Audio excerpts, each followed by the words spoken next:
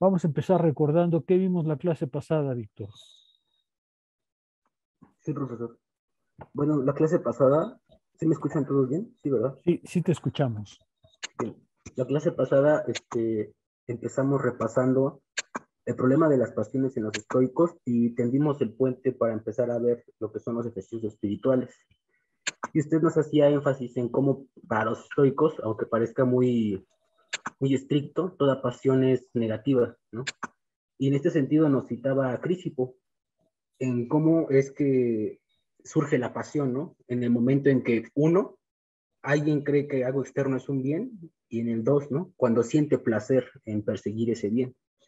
Y lo más interesante, bueno, a mí se me hizo muy interesante, es que esta perturbación que causan las pasiones en el cuerpo, en el alma, son precedidas por un juicio, ¿no?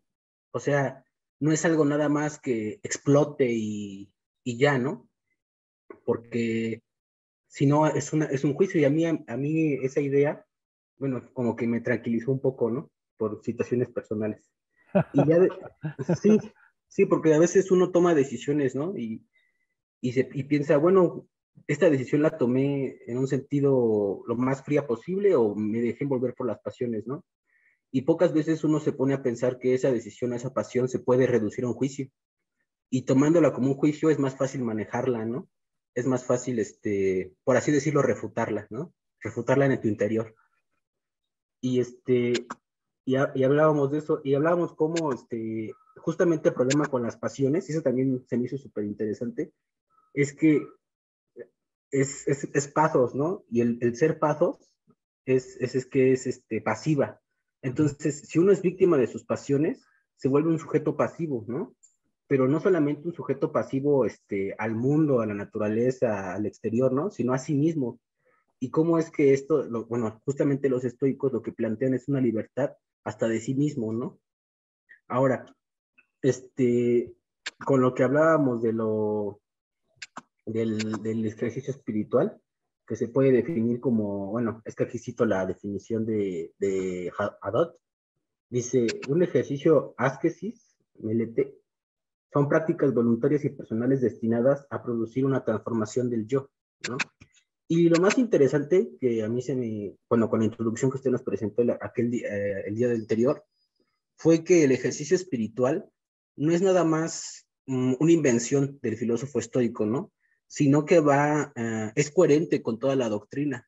Y eso se me ha hecho muy interesante, o sea, tanto la física como la ética y después la práctica, ¿no? Que es el ejercicio espiritual, van de la mano y son coherentes una con el otra, ¿no?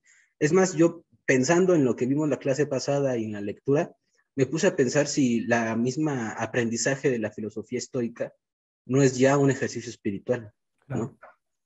Sí, eso sería lo que yo agregaría. Muy bien, gracias, Víctor. ¿Qué más, Alexa? A ver, espera, Alexa. Jorge, no has participado casi, Jorge. ¿Qué podías agregar? La pregunta de la clase pasada. Sí, ¿qué agregarías de la clase pasada? O una Eh, consideración que tú consideres importante. pues prácticamente empezamos a abordar un poco, bueno, ya lo ya tomado por Víctor, ¿no? Me parece que las pasiones antes de ser consideradas como irracionales son consideradas como juicios, ¿no?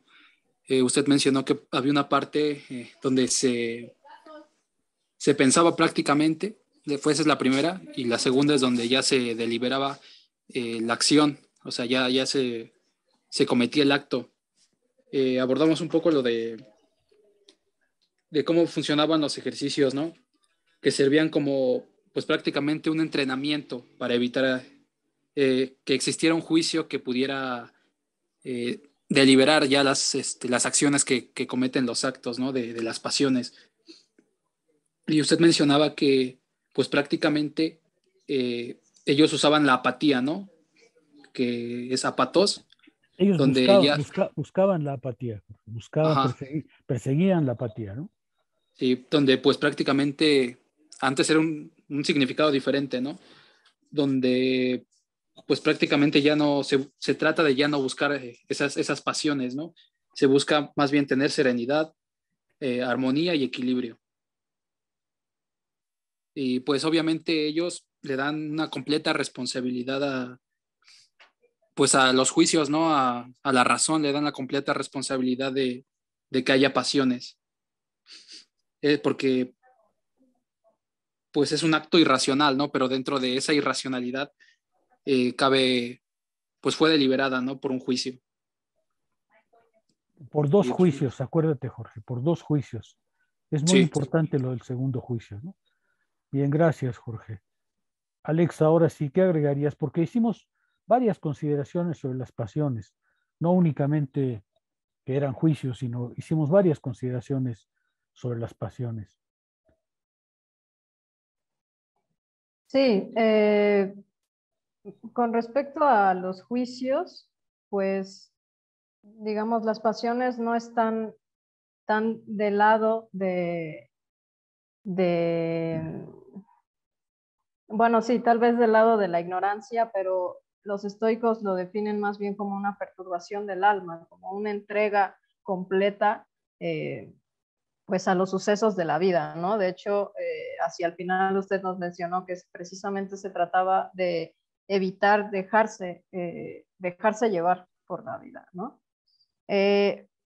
Pero es precisamente estas pasiones que van de la mano de la racionalidad, pero una racionalidad perturbada, afectada precisamente por lo externo, que se veía esta bifurcación o estos dos juicios, ¿no?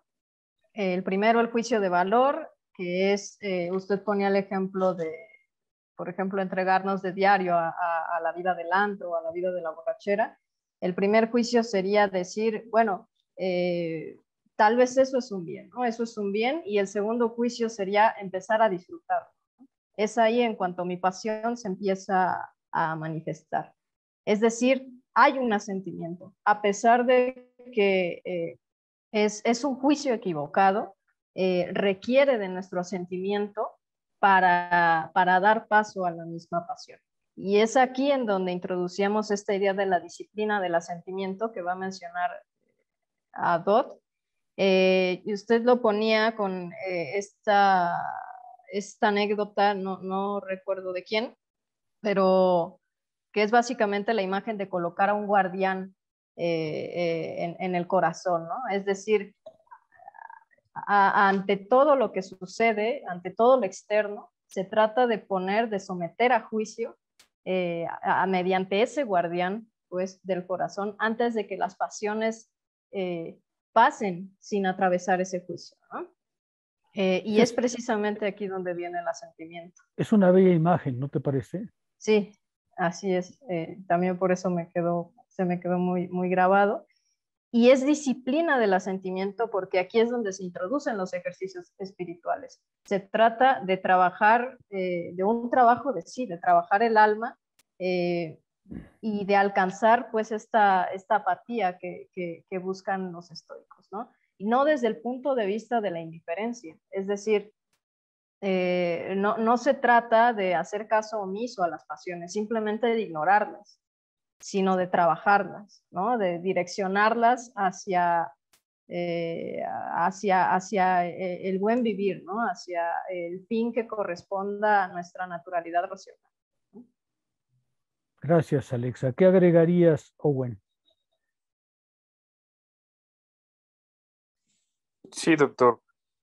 Pues yo creo que precisamente estos ejercicios del cuerpo y del alma, pues de cierta forma va generando un hábito en el individuo, ¿no?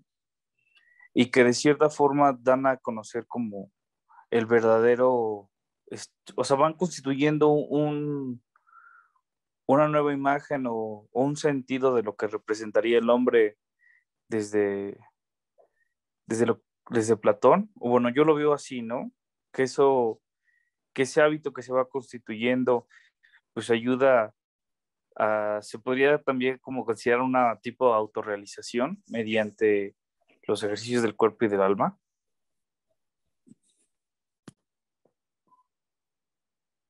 Ya, es todo lo que puedes agregar, Owen.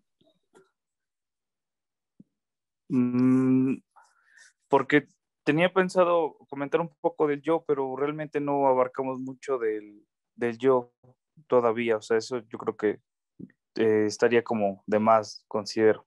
Ya. A ver, Eric, por qué los estoicos piensan que el primer juicio todavía no es una pasión? El primer juicio que evalúa, que toma la representación y la juzga, todavía no es una pasión. Por qué piensan que es así? Y sin embargo, es una reacción instintiva en cierto modo.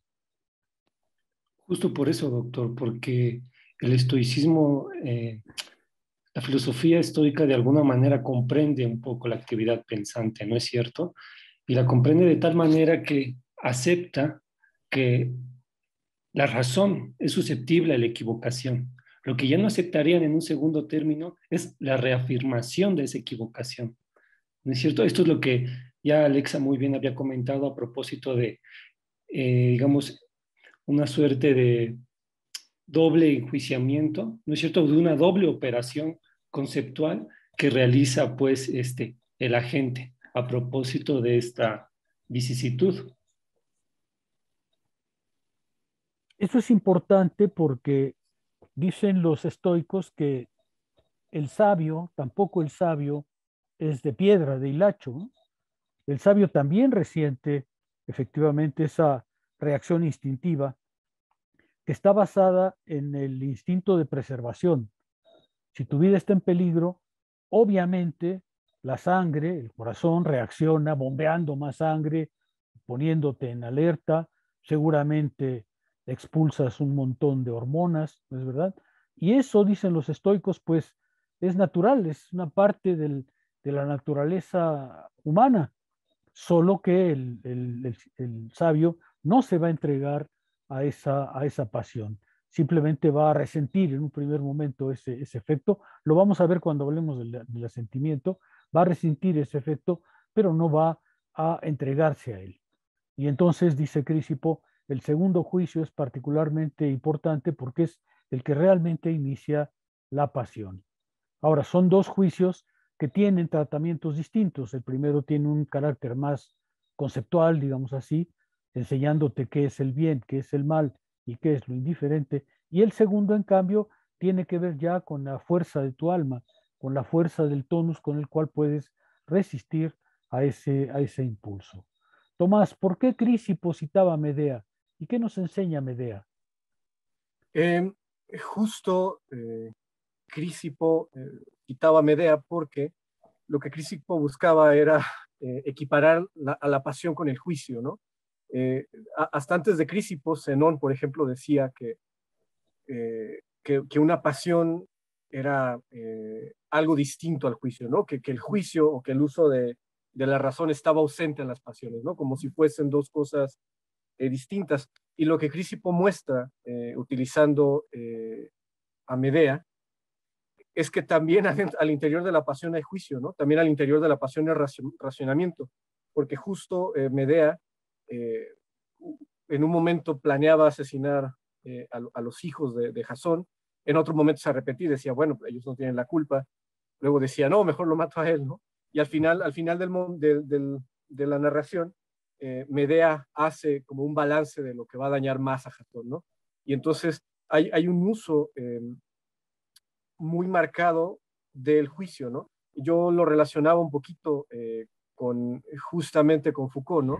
Me parece que esto incluso lo mencioné en la clase pasada, cuando comenté que en muchas ocasiones se tiende a decir, por ejemplo, que los medievales o los castigos medievales eran brutales y que eso era irracional, ¿no? Cuando Michel Foucault enseña que incluso al interior como de la tortura y del asesinato hay una suerte como de economía de la violencia, ¿no? Eso quiere decir, pues, que en las pasiones hay un ejercicio del juicio, ¿no? Las pasiones son un juicio, quizá un juicio errado, un juicio no, perdón, ¿qué está pasando en el agua? Un juicio errado, un juicio no estoico, pero al final del día es un juicio, ¿no? Eso es muy interesante porque vuelve responsable al sujeto de sus propias, o al individuo de sus propias acciones, ¿no? Entonces se separa un poquito esta idea de que por un lado está el alma y por otro lado están las pasiones y las pasiones afectan el alma y cuando afectan al alma, entonces el alma ya no es racional porque es pasional, ¿no? Me parece que este ejemplo de Crisipo, cuando cita Medea, es para eso, ¿no? Para dar cuenta que tanto en el ejercicio de las pasiones como en el ejercicio de la virtud, hay un ejercicio racional, ¿no? Ambos son juicios. Entonces creo que por eso, o por ahí va, ¿no? La respuesta, doctor. Sí, Crisipo utiliza a Medea, pero también utiliza varias cosas de los trágicos griegos, justo para mostrar que se puede explicar la acción pasional no como un arrebato extraño a la razón, sino como un desvío de la razón, una razón perturbada. Los estoicos decían, la razón está presente, pero ya no es libre. La razón está presente, pero ahora está totalmente perturbada por ella misma. Por ella misma, es decir, ella es la que ha sido a la vez capaz de razonar y capaz de hacerlo mal. Ella es al mismo tiempo lo que nos eleva y lo que nos puede perder. Digamos, ese es un punto que para mí es muy importante subrayar. Para los estoicos, como para todas estas filosofías que no creen en una naturaleza humana mala, como es el caso de Spinoza o como es el caso de Hegel, para las filosofías que no creen en una naturaleza humana mala, el problema es cómo entonces nos equivocamos, cómo entonces surge el error, de qué manera el alma es a la vez lo que razona y lo que se pierde razonando. Entonces los estoicos van a tratar de responder diciendo, sí, efectivamente, el alma siempre está presente, pero cuando entra en los malos juicios, cuando admite, cuando asiente a los juicios equivocados y luego al segundo juicio, pues entonces el alma ya está perturbada, ya no puede reaccionar libremente, ya no hay manera de que escape por sí misma y normalmente hace falta una ayuda externa, una ayuda exterior para poder sacar al apasionado de ese trance. La pasión, decían los estoicos, es como una enfermedad en el sentido de que es una patología, es algo que se sufre, pero a diferencia de la enfermedad es algo que queremos quitarnos, la pasión muchas veces no queremos quitárnosla, ¿no? La pasión por la bebida, la pasión amorosa, la pasión por el juego, por ejemplo, pues no es fácil que el apasionado se dé cuenta y por eso es que es muy importante en un primer momento para entrar a la filosofía que se tome conciencia del estado en que se vive. La filosofía tiene como premisa para entrar a ella el darse cuenta, el tomar conciencia de uno mismo, el darse cuenta del estado de perturbación o de desdicha en que uno se encuentra. Y una vez que percibe ese estado de desdicha, pues entonces la filosofía se vuelve una necesidad. ¿Tomás? Sí, doctor. Solo quería agregar un par de ideas, ¿no? Es a propósito de esto que el estado de apatheia que alcanzan los sabios estoicos no se presenta como un estado pasivo, ¿no? Pareciera que en nuestra actualidad apatía es justo lo contrario, ¿no? Estar pasivo, no querer ni una ni otra cosa, pero para los estoicos es un estado activo, ¿no? Los estoicos, decíamos la clase anterior, no aceptarían, por ejemplo, que ciertas personas son más propensas a la bebida o más propensas a las pasiones, ¿no? Porque justo creen que no hay una parte en el hegemónico que sea débil, ¿no? Y esto tiene que ver justo con el uso racional, ¿no? Siempre, a pesar de que haya pasiones, la razón está en juego, ¿no? Y ello nos lleva, pues, a pensar que en estos sistemas como de valoración de las pasiones de modo racional, hay una enorme carga de responsabilidad, ¿no? Cuando, por ejemplo, en las narraciones de Michel Foucault, cuando dice, ¿no? Que de repente entró un estado pasional y se cargó a su esposa o a su mujer, y pareciera que esto es un atenuante, ¿no? Para los estoicos no sería así. Es un atenuante. Sí, El sí, caso sí. que el caso que está citando, la El persona que de mata a su amante, a su esposa, el viejo que mata a su el amante, viejo, sí, justo era así. lo perdona, ¿no? Sí, justo porque la argumentación del abogado es esa, ¿no? Como de, pues es que mírenlo, ya está mayor, ¿no? Ya no va a poder conseguir otra mujer y su alma pasional y qué sé yo, ¿no? Y entonces, para los estoicos no sería un atenuante, ¿no? O sea, hay responsabilidad porque aunque fuese una pasión chiquita, dejó entrar una pasión en el hegemónico, ¿no? Solo eso quería agregar, ¿no?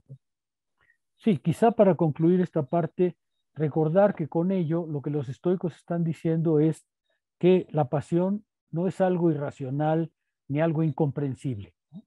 Para los estoicos no hay un aspecto incomprensible en todo esto, no hay ningún misterio en la pasión, como si en cambio lo hay para los románticos o para otras versiones filosóficas que creen que la parte pasional es una parte misteriosa, inaccesible, inalcanzable. Los estoicos dicen que no hay ningún misterio en la formación de una pasión. El único misterio es cómo se formó el alma que se entrega a una pasión, a un mero impulso, ¿no es cierto?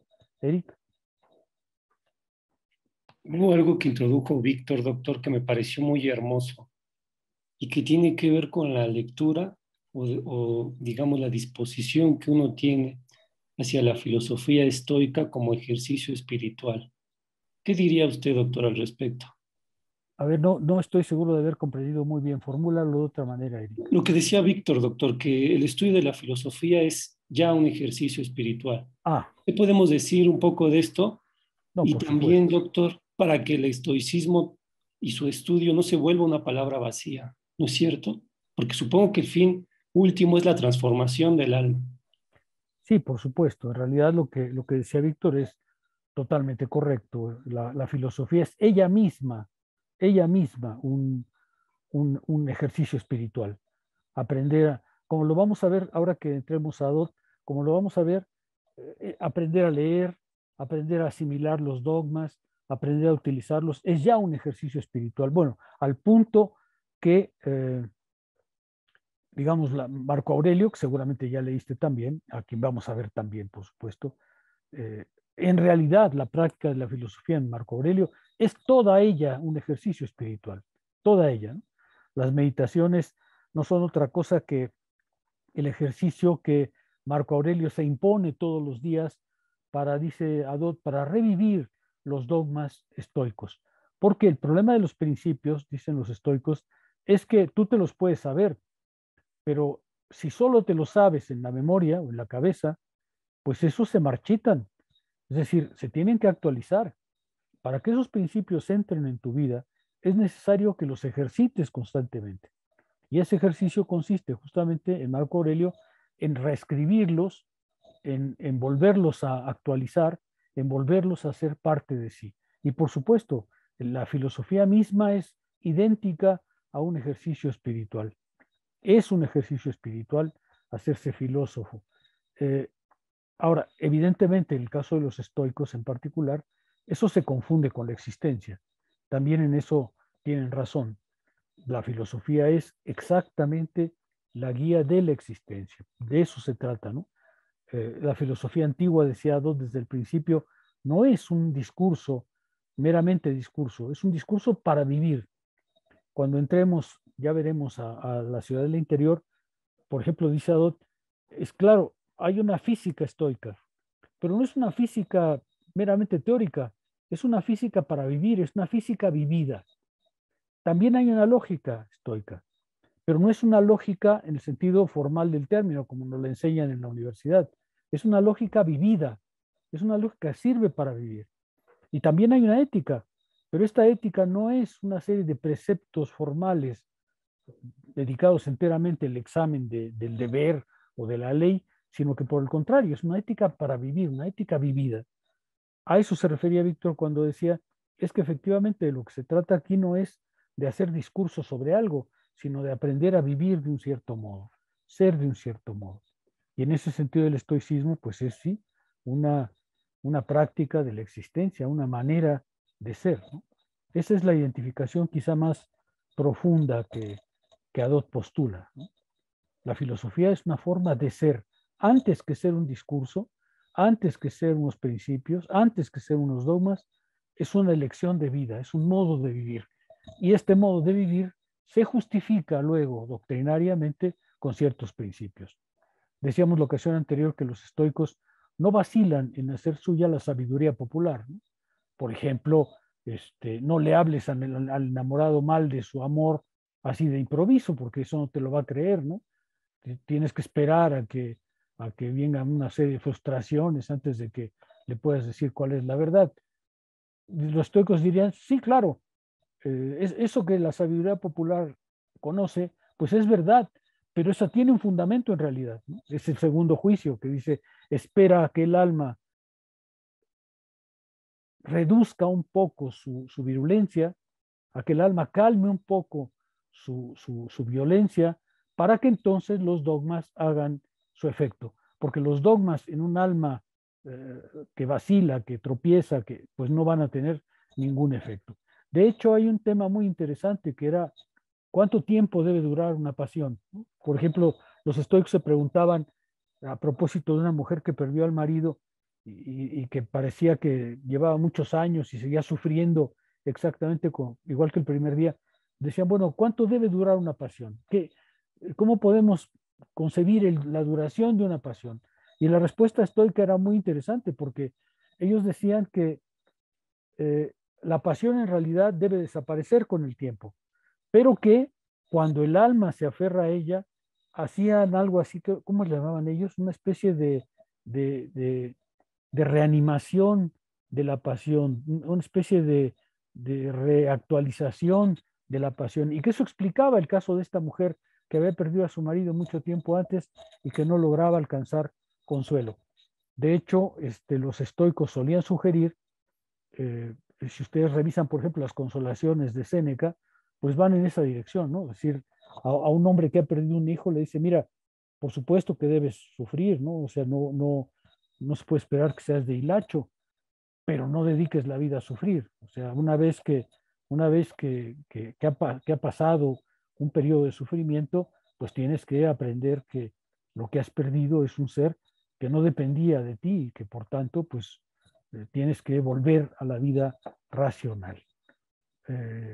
Ya hablaremos un poco de las consolaciones, porque ahí se ve bastante bien las sugerencias que hacen los estoicos de ciertos ejercicios espirituales para que, sobre todo, ese ejercicio que Adot va a llamar, ve las cosas desde arriba, ve las cosas desde lo alto, ¿no? Ve las cosas desde la perspectiva más alta y verás su verdadera dimensión. Pero eso ya lo veremos a medida que vayamos avanzando.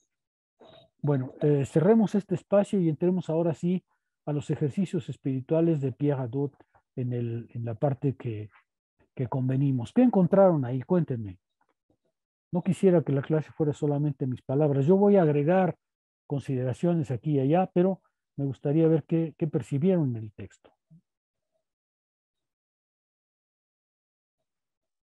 ¿Qué encontraron? A ver, cuéntenme. O llevo otra vez la clase yo así. Yo lo que encontré fue precisamente lo que yo había comentado, ¿no? Que pareciera que la filosofía estoica, bueno, en este sentido, Adot no solamente está hablando de los estoicos, ¿no? Sino que introduce también hasta los escépticos, a Epicuro, ¿no? Sí, él O sea quiere mostrar los ejercicios de todos. Nosotros nos vamos a concentrar en los estoicos, porque no hemos hablado de los cínicos ni tampoco de los epicúreos. Ajá, pero lo más también es algo interesante es que, por ejemplo, a pesar de las diferencias doctrinales que tiene, Adot encuentra similitudes, ¿no?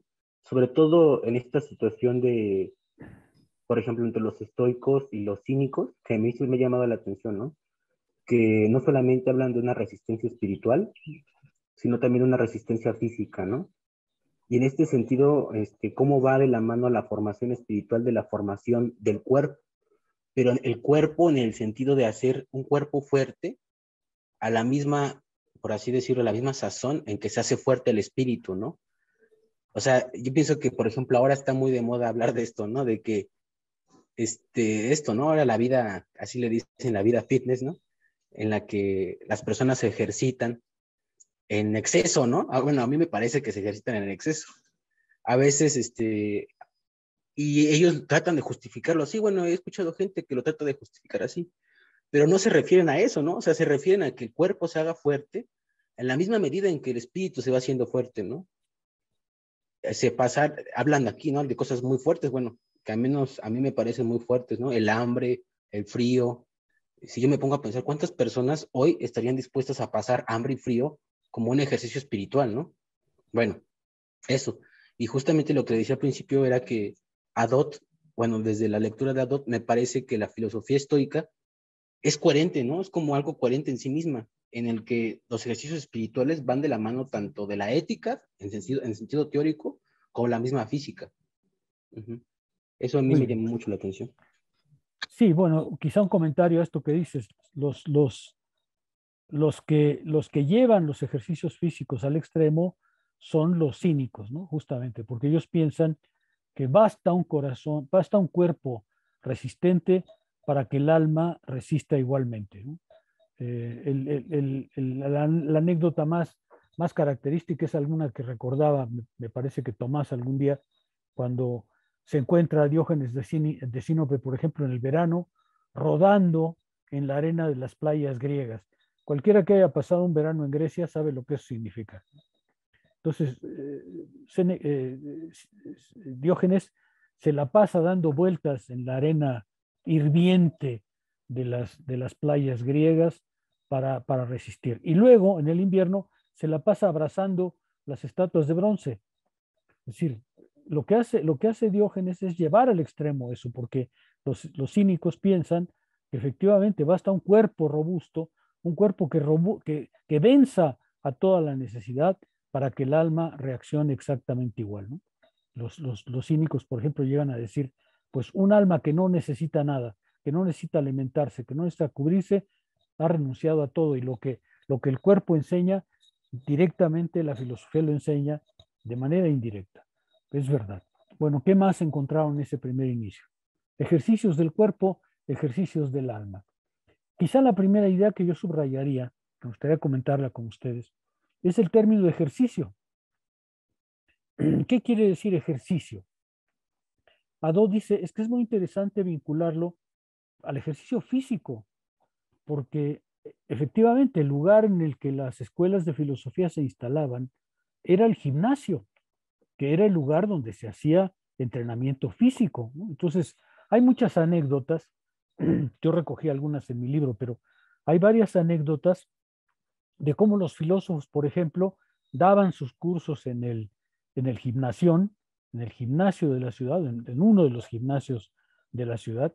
Y por ejemplo, hay la anécdota de que una vez un filósofo que tenía voz de trueno, pues lo mandaron callar porque con sus clases de filosofía no dejaba a los demás entrenarse. Les decía, oye, bájale la voz porque es que hablas como Porfirio Miranda, y entonces no permites que los demás se entrenen, bájale al volumen. En fin, lo interesante es que efectivamente el término que los unifica, entre otros, es ascesis. Eso es interesante porque para nosotros ascesis o ascetismo normalmente significa renuncia, ¿no? Normalmente significa algo a lo que se renuncia o lo que se limita extraordinariamente. Hay dos clases de ascesis, dicen los que conocen el tema. Una ascesis positiva, digamos así, que es el contenerse, el controlarse, y una ascesis negativa, que es el martirizarse, ¿no? Porque hay ascesis efectivamente destinadas al martirio, que es un poco lo que hacen los primeros cristianos, ¿no? Toman la ascesis, pero en el sentido de mortificar al cuerpo. Sin embargo, hay una ascesis positiva que es justamente limitarse. El término de ascesis, o meleté, o gimnasio, son términos con los que se referían a esta clase de ejercicios, de prácticas, de acción sobre uno mismo. Ahora, ¿por qué espirituales? Aquí voy a citar a Dodd en otro texto en donde precisa por qué les llama espirituales y no ejercicios meramente ni físicos ni mentales. Dice, la palabra espiritual permite comprender bien que estos ejercicios son no solamente ejercicios del pensamiento, sino ejercicios de todo el psiquismo del individuo, y sobre todo revela las verdaderas dimensiones de estos ejercicios. Gracias a ellos, el individuo se eleva de la vida del espíritu inmediato a la vida del espíritu objetivo, es decir, se coloca nuevamente en la perspectiva del todo. ¿Por qué espirituales? Porque involucran todo el individuo, todo el individuo. Y por otro lado, porque lo alejan de su subjetividad inmediata y lo elevan a la totalidad. Elevan todo su psiquismo, su cuerpo, pero también su psique, a ese nivel de totalidad en donde tiene que aprender a vivir. Ya hablaré de aprender a vivir, aprender a leer, que no son cosas que están en este texto, pero que son muy importantes. ¿Cuáles son los ejercicios del alma? Dice Adot, pues son varios. Por ejemplo, son meditar, leer, escribir. Es decir, son todos aquellos ejercicios que desean, que se proponen involucrar a los dogmas fundamentales de la acción. Es decir, no desean buscar otra cosa más que fortalecer la intención moral. Por el contrario, los ejercicios del cuerpo sí son efectivamente el frío, el hambre, el piso, y claro, como dice Víctor, pues se separan mucho del fitness actual, ¿no? Porque el fitness actual es en realidad una forma de autocuidado, ¿no? Tiene como propósito más bien que el cuerpo se sienta bien, no martirizarlo ni atormentarlo, no, sino que al contrario, su objetivo es que el cuerpo se sienta bien, mientras que estos ejercicios son que el cuerpo resista. Esta asociación entre el cuerpo y el alma, entre el ejercicio, el gimnasio y la filosofía, dice Adot, es un aspecto extremadamente importante. ¿Qué más encontramos? Vean su texto.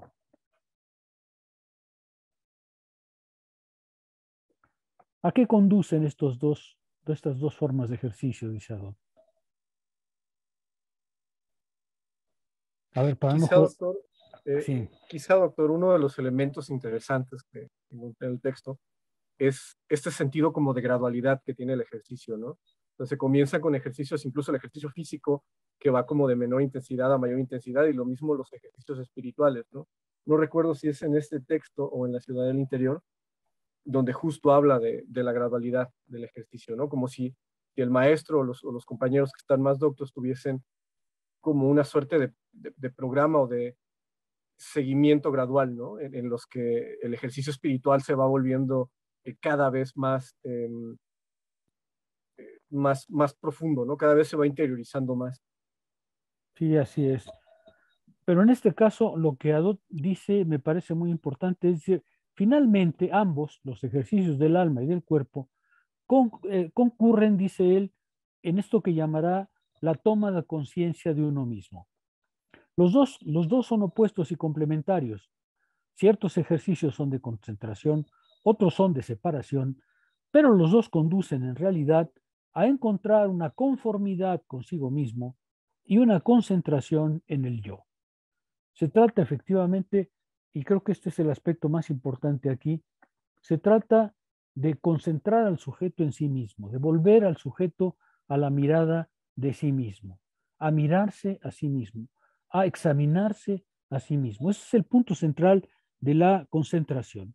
Dice, todas ellas suponen cierto desdoblamiento del yo, por medio del cual el yo se niega a confundirse con sus deseos y sus apetitos. Bueno, me estoy adelantando un poco, pero por ahora de lo que se trata es, dice él, todo concurre en la concentración del yo. Toda la ascesis es para volver al sujeto a la vuelta hacia sí mismo. Y entonces pone como ejemplos la ascesis platónica, por ejemplo, y luego neoplatónica, la ascesis cínica, que tiene este carácter más bien de física, la ascesis pirrónica, que es fundamentalmente la esquepsis, la duda, ¿no? la epogé, y finalmente la ascesis epicúrea, que es una ascesis que se refiere al deseo. Es decir, todas estas formas ascéticas buscan un fin. Los epicúreos, reducir el deseo. Los cínicos, fortalecer el cuerpo. Los estoicos, fortalecer el alma. Los platónicos, fortalecer al sujeto en el más allá, en la persecución del bien, y así sucesivamente. Y todos ellos, dice Adot, concurren en algo, la concentración en el yo, la vuelta del sujeto hacia sí mismo. ¿Con qué fin? Dice él, con el fin de que este yo se separe de lo anexo, de lo que no es suyo. Dice, todas ellas suponen cierto desdoblamiento del yo, por medio del cual el yo se niega a confundirse con sus deseos o sus apetitos. Esto es muy importante, ¿no? El yo se niega a confundirse con sus deseos primarios o con sus apetitos. Toma una perspectiva con respecto a los objetos de sus deseos, de sus codicias, y es consciente de su poder de desprenderse de ellos. A mí me parece que esto es muy importante, Dado. Esta concentración de sí consiste fundamentalmente en que el yo, concentrándose en sí mismo, se despegue de sus deseos, de sus apetencias, de sus codicias y obtenga la conciencia de su libertad, la libertad de separarse de todo eso, la libertad de tomar distancia de todo eso. Eso es el primer objetivo de estos ejercicios espirituales. Se trata de que el sujeto, sabiéndose a sí mismo, ya no se confunda con sus impulsos, ya no se confunda con sus deseos inmediatos, sino que tome conciencia de su libertad, efectivamente, de separarse de ellos, de tomar distancia de ellos y de ser como quiere ser. ¿Algún comentario sobre este punto? Que me parece muy importante en el texto, así es como empieza. Yo tengo una pregunta ahí. A ver. Últimamente he estado leyendo las lecciones de historia de la filosofía de Hegel. Ajá. Y ahí Hegel, cuando se ocupa de los filósofos griegos y los filósofos antiguos, es muy tajante en hacer la separación entre lo que proviene de los griegos y lo que proviene de Oriente, ¿no? Y esta separación del yo de la que habla Adot, que sí, ¿no? Que le habla como una concentración o separación. ¿No sería también como un aprendizaje que tuvieron estos filósofos en el Oriente? ¿Y qué tanto sería como si es así? Bueno, recuerdo las primeras observaciones que nos hacía en el curso, ¿no? Que decía, estas filosofías, sobre todo la filosofía estoica, es una filosofía que se nutre tanto de la tradición griega como de otras tradiciones, ¿no? Por eso son helenísticas. Sin embargo, ¿qué tanto de estos ejercicios espirituales no vienen también de estos viajes que ellos tenían al Oriente, ¿no? A Egipto y a otros pueblos. Mira, esa es una discusión extremadamente grande, porque sí, efectivamente, algunos filósofos griegos, por ejemplo, se sorprendieron. Yo les comentaba el caso de este filósofo griego, que era un cínico, que acompañó a Alejandro Magno a la India y que encontró a lo que se llamaban los gimnosofistas, es decir, a esos faquires que controlan el cuerpo a base de ejercicios muy rigurosos, ¿no es verdad? Y que llegan, el extremo fue cuando este filósofo vio que un filósofo indio que iba de regreso a Europa en un barco se prende fuego. Y entonces, obviamente, se sorprende, ¿no? Porque no había pensado que la filosofía llevara a eso. Es probable, pero yo creo que hay una gran diferencia, porque en el caso de las filosofías occidentales, digamos así, estas, como en el caso de los estoicos, tienen un fuerte fundamento conceptual. No es solamente, no es solamente el faquirato o el autocontrol del cuerpo, sino más bien es el autocontrol de sí, ¿no? Del alma, y esto basado en ciertos dogmas. Eso es lo que creo que hace original la espiritualidad occidental. Esta separación, me parece, no tiene tanto como fin, como en el caso de los filósofos indios, por ejemplo, someter al cuerpo a acciones inverosímiles, sino tiene como propósito más bien liberar al hombre de la esclavitud de las pasiones, ¿no? Liberarlo. Estas son filosofías de la libertad. No son solamente filosofías del rigor, sino son filosofías de la libertad. El estoicismo, cuando uno lo lee ya completo, se da cuenta que en realidad tiene como propósito liberar al hombre de aquello que puede someterlo. Y lo puede someter las cosas externas, pero también lo pueden someter sus propios impulsos.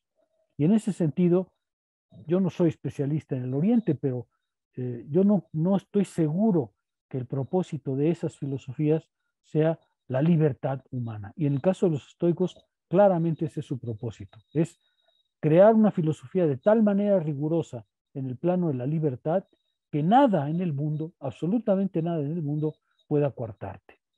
Ese es el propósito de las filosofías, sobre todo la estoica, ¿no? Las demás me parece que también, pero sobre todo la estoica, que podía ser, digamos, caracterizada de esta manera. Ni siquiera los cínicos tienen el mismo sentido de rigor físico de los faquires o de los gimnosofistas, ¿no? Seguramente se alimentaron de esa diferencia, pero aunque hay autores que piensan que todo esto viene de Oriente, yo creo que no, que viene más bien de esta tradición socrático-platónica que hacía énfasis en la vida moral, en la persecución del bien y en la libertad, ¿no? O en otras palabras, yo tiendo a creer que esta es una forma de espiritualidad occidental, propia de Occidente. Adot lo defiende en algún artículo que ahorita no tengo en la cabeza, tendría que buscarlo, pero Adot lo defiende diciendo en realidad, en Occidente creemos que aquí no ha habido espiritualidad, pero sí ha habido, es esta, ¿no? Claro, no tiene el carácter de las maniobras hindúes o del autocontrol chino, ¿no? Pero en cambio sí tiene un aspecto espiritual, en este sentido que acabo de decir, en el sentido de afectar al sujeto en todo su aparato psíquico, somático, ¿no? ¿Sí queda un poco más claro, Víctor? Sí, profesor. Y entonces, con respecto a lo que usted nos dice, la espiritualidad de Occidente sería como una espiritualidad de la libertad. Yo diría que sí, una espiritualidad destinada a separar el yo de aquello que puede dañarlo, de aquello que puede someterlo. Bien, Déjame hacer gracias. un pequeño paréntesis para que veas qué quiero decir. Mientras con los estoicos es muy claro que el propósito es separar al yo de todo aquello que se le puede adherir de fuera y lo daña y lo conduce mal. En el caso de los epicúreos, por ejemplo, se trata de separar al yo de todo aquello que lo somete porque se lo dan de fuera, por ejemplo, Dios o el miedo a la muerte. Los epicúreos también quieren una libertad humana, pero en el sentido de no sujetarse sobre todo a Dios y no sujetarse al miedo aún más allá, para gozar de la vida, para gozar de esta vida. Es en ese sentido que creo que son filosofías libertarias, digamos así, ¿no? En el sentido que lo entiende la antigüedad. Yo creo que ese es el fondo de la diferencia con Oriente, aunque yo no soy especialista de Oriente, yo no sabría decirte si eso es lo que persiguen los faquires. Me parece que no, pero no estaría totalmente seguro. Bueno, vamos a avanzar si les parece bien. Dice Adot, en realidad todo esto ya tenía antecedentes en Platón, ¿no? Cuando Platón y los neopitagóricos dicen hay que separar al cuerpo del alma, ¿no? Y para ello dicen el ejercicio que era importante era el ejercicio de la muerte. ¿Qué encontraron ahí? ¿Qué leyeron ahí? ¿Cómo se relaciona esta separación del cuerpo y del alma con, pues, con la muerte misma, ¿no? Por eso Platón lo va a denominar como a la filosofía como la filosofía de la muerte, ¿no? Es decir, en el momento en que estoy en este ejercicio espiritual y mi alma se separa por completo de mi cuerpo, digamos, sería una manera pues de asimilarlo, ¿no? Con esta imagen de la muerte. Exactamente, es separarse de aquello que nos ata, que impide el florecimiento del ser, ¿cierto? Separar al yo y dejar atrás al yo egoísta, al yo que está tarado por las cosas del exterior que lo dominan. Voy a leer en la página 210, dice Adot una referencia a Plotino que es muy bonita porque dice, quítate de encima lo que te daña. En realidad, quítate de encima lo que te daña, lo mismo que ese dios que se llamaba Glauco, ¿no? Que salía del mar, pero salía cubierto de conchas, de caracoles, de algas, y entonces parecía horrible, pero en realidad cuando se quitaba todo eso, era de una gran belleza, ¿no? Y dice Plotino, si todavía no ves tu propia belleza, haz como el escultor de una estatua que debe llegar a ser bella. Quita esto, raspa aquello, empareja tal lugar, limpia tal otro, hasta que haga aparecer el bello rostro de la estatua. De la misma manera, también tú retira todo lo superfluo, endereza lo oblicuo, purificando todo lo tenebroso para volverlo brillante, y no dejes de esculpir tu propia estatua hasta que brille en ti la claridad divina de la virtud. Imposible decirlo mejor, ¿no? Imposible decirlo mejor. O sea, escrito magníficamente, ¿no? O sea, quita de sí todo aquello que te daña, todas las taras que se te pegan en el mundo y descubre a través de tu acción tu propia belleza, esculpe tu propia belleza que ya está ahí, pero que hace falta que se libere de todo aquello que lo daña. Es muy bella esa parte, ¿no? Dice Dadot, lo mismo se encuentra en Marco Aurelio, quien desea separar de sí mismo lo que los otros hacen o dicen, es decir, separarse también de su tiempo y de su lugar. ¿Por qué? Porque todas estas filosofías creen que ese yo que deja atrás el egoísmo, que deja atrás al yo involucrado con las pasiones, con las ansiedades, con las angustias, entonces podrá encontrar su propia libertad. Una libertad que en realidad es suya, pero que ha entregado sin darse cuenta en manos de otros, ¿no? ¿Sí se ve? Dice Adot, en este ejercicio, el yo está presente totalmente, está localizado totalmente en el presente. Se ejercita para vivir solo lo que vive y se separa del pasado y del futuro. Eso lo vamos a ver varias veces porque los estoicos dicen, vive el presente. Uno de los ejercicios espirituales de los estoicos, por ejemplo, es no te atormentes con el pasado. Lo que ya pasó, ya hiciste, pues ya lo hiciste, ya eso ya no tiene modificación. No te atormentes con el futuro. No vivas con la idea de que en el futuro te van a llegar desgracias sin fin, porque sobre eso no tienes control.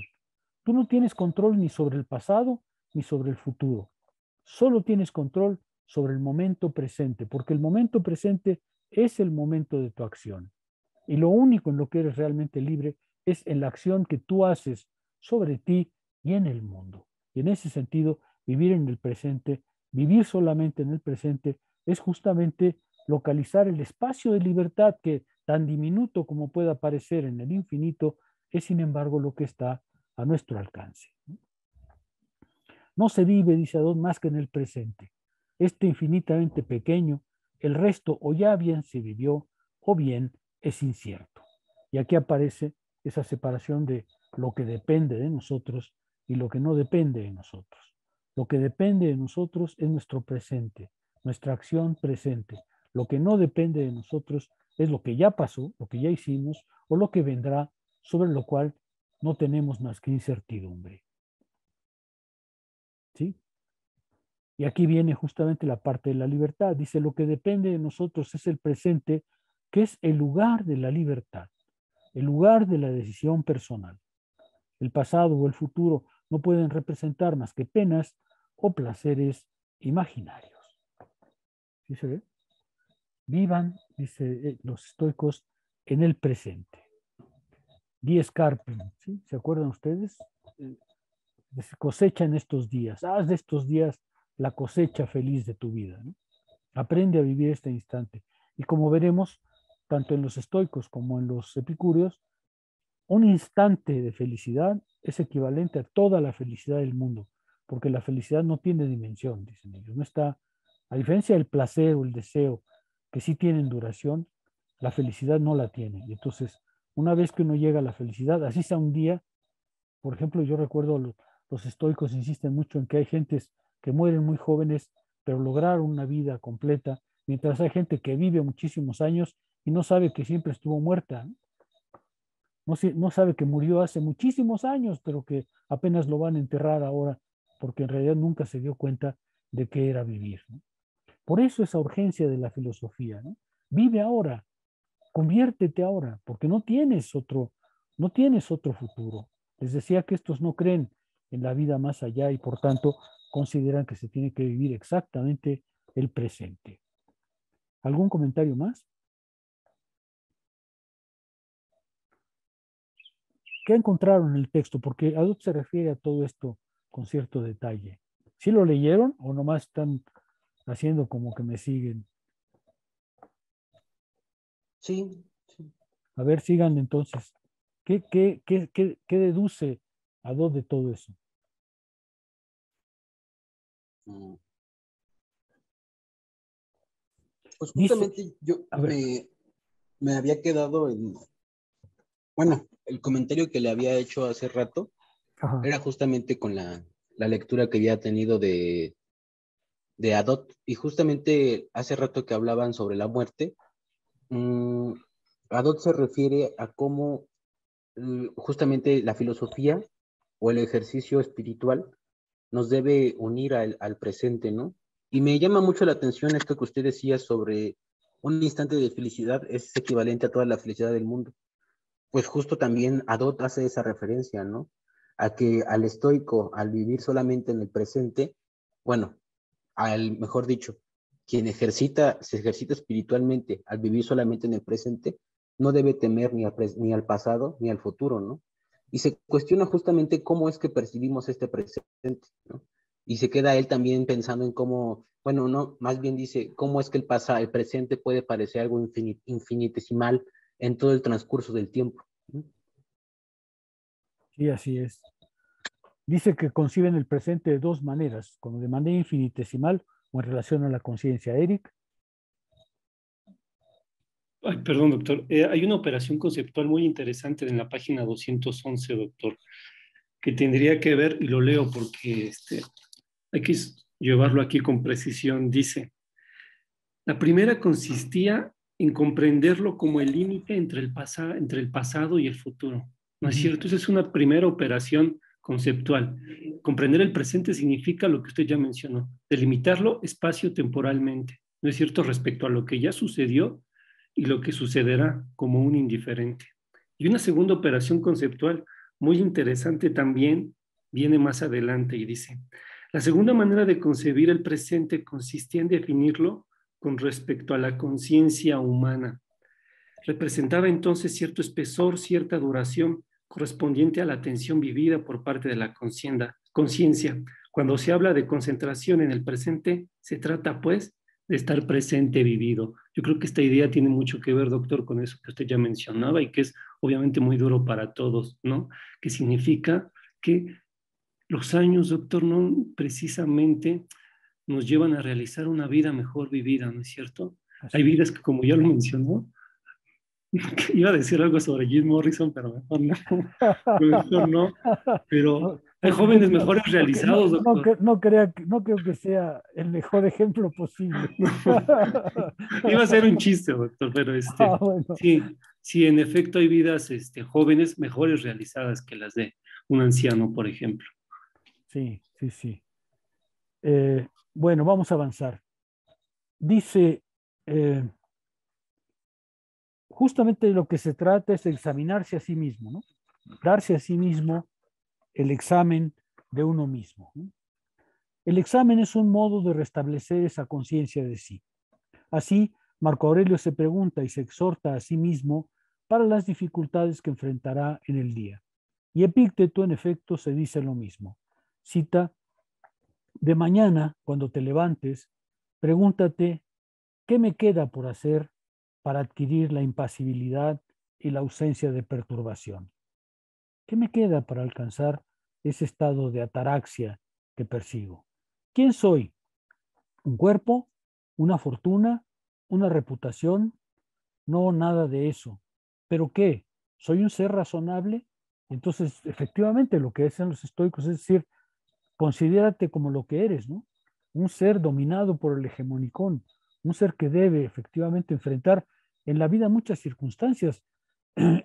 Marco Aurelio, por ejemplo, en un ejercicio, voy a leer algunas partes de Marco Aurelio hoy si da tiempo, porque ya, y les pido que por favor tengan a Marco Aurelio a la mano, porque Marco Aurelio sirve para ir ejemplificando todo esto muy bien, ¿no? Hay partes en las que Marco Aurelio dice, mira, hoy se levanta y dice, hoy te vas a encontrar un necio, un obstinado, alguien a lo mejor inteligente, te vas a encontrar un torturado, un desgraciado. Bueno, ¿qué vas a hacer ante ellos, no? ¿Qué tienes que hacer con ellos? ¿Cómo puedes reaccionar frente a esto? Bueno, pues termina diciendo una de dos. Trata de educarlos y si no lo logras, sopórtalos, porque pues no hay otra cosa, así es el mundo, así te lo vas a encontrar, pero tú lo que tienes es que actuar razonablemente, de forma racional, ante eso que el mundo necesariamente te ofrece. Y termina Adot esta parte diciendo, este examen de conciencia se presenta en Epícteto en relación a Zeus, y entonces parece adquirir una dimensión cósmica, una expansión del yo. Y va a seguir justamente con eso de la expansión del yo. Pero me gustaría antes de eso introducir, para que la clase no sea meramente repetitiva del texto, en otro de sus textos, en un texto que se llama Ejercicios Espirituales, Filosofía Antigua, Adot presenta varios ejercicios espirituales que a su juicio caracterizan a la filosofía antigua. Hay varios, es aprender a vivir, aprender a leer, ya les indicaré ese de aprender a leer porque es muy bonito, ¿no? Pero me voy a detener ahorita un poco en este aprender a vivir. Dice. Se trata de pasar de un estado de vida inauténtico, oscurecido por el inconsciente, carcomido por la preocupación, a un estado de vida auténtico en el cual el hombre alcanza la conciencia de sí, la visión exacta del mundo, la paz y la libertad interiores. La visión exacta del mundo, la paz y la libertad interiores. Eso me parece que define bastante bien este aprender a vivir, ¿no? Una visión exacta del mundo, una paz y una libertad interiores. Y la causa de que no se logre esto, la causa principal del sufrimiento, son justamente las pasiones. La filosofía aparecerá, pues, dice Adot en este texto, en primer lugar, como una terapéutica de las pasiones.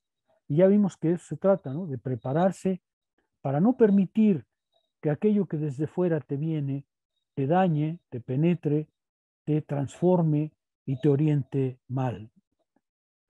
Obtener el bien que se puede obtener. Rechazar el mal que se puede rechazar. Para esto dependen exclusivamente de la libertad del hombre. Son pues el bien moral y el mal moral. Solo ellos dependen de nosotros, el resto ya no depende de nosotros.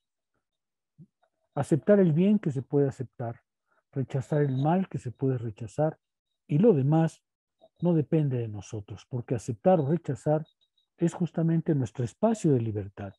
Ahí es donde podemos verdaderamente ejercer.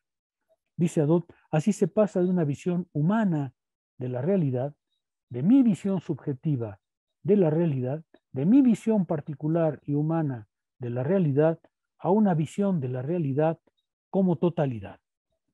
Así se pasa de una visión humana de la realidad, visión en la cual los valores dependen de las pasiones, se pasa a una visión natural, cósmica de las cosas, que deviene, que hace que coloque a cada suceso en la perspectiva de la naturaleza universal.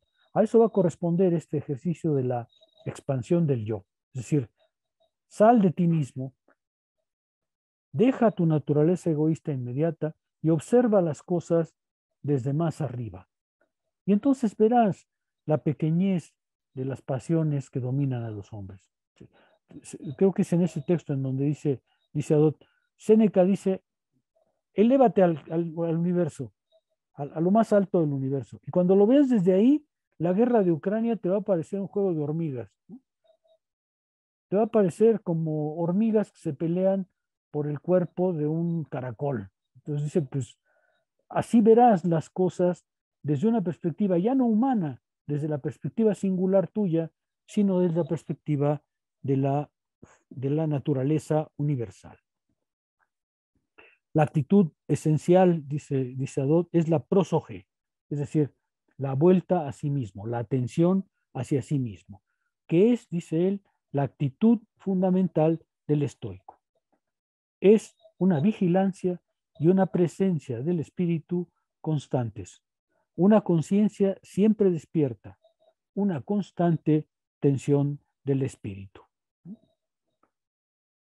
El estoico vive, dice Adot, y tiene razón, bajo cierta tensión.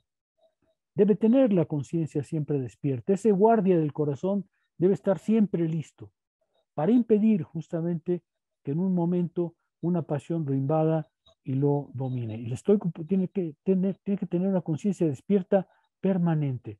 Por eso es que los cristianos adoptaron muchísimas actitudes estoicas. y gran parte de los ejercicios cristianos vienen del estoicismo. A eso se debe, como les comentaba previamente en otra clase, que gran parte de lo que sabemos de los estoicos viene de los exégetas cristianos, que tomaban el estoicismo a veces para aprobarlo, a veces para no aprobarlo, pero en todo caso lo mencionaban como parte de la conducta de un cristiano. De hecho, Adot tiene una tesis muy interesante que aprovecho para mencionar. Una de las razones, dice Adot, por las cuales el cristianismo triunfó, porque es sorprendente el triunfo del cristianismo, ¿no? Una pequeña secta en torno a un hombre crucificado, que no son más de 15 personas o 20 personas analfabetas, crea de repente un mundo espiritual distinto. O sea, dice Adot, bueno, y todos los historiadores dicen, ¿cómo fue, no? ¿Qué fue lo que pasó? ¿Cómo pudo ser, no? Bueno, pues una de las razones, dice Adot, por las cuales el cristianismo triunfa es que en un primer momento no fue reconocido como una religión, sino fue reconocido como un modo de vivir. Los cristianos eran, igual que las otras filosofías, un modo de ser, y entonces era más fácilmente reconocible como forma de vida que como religión.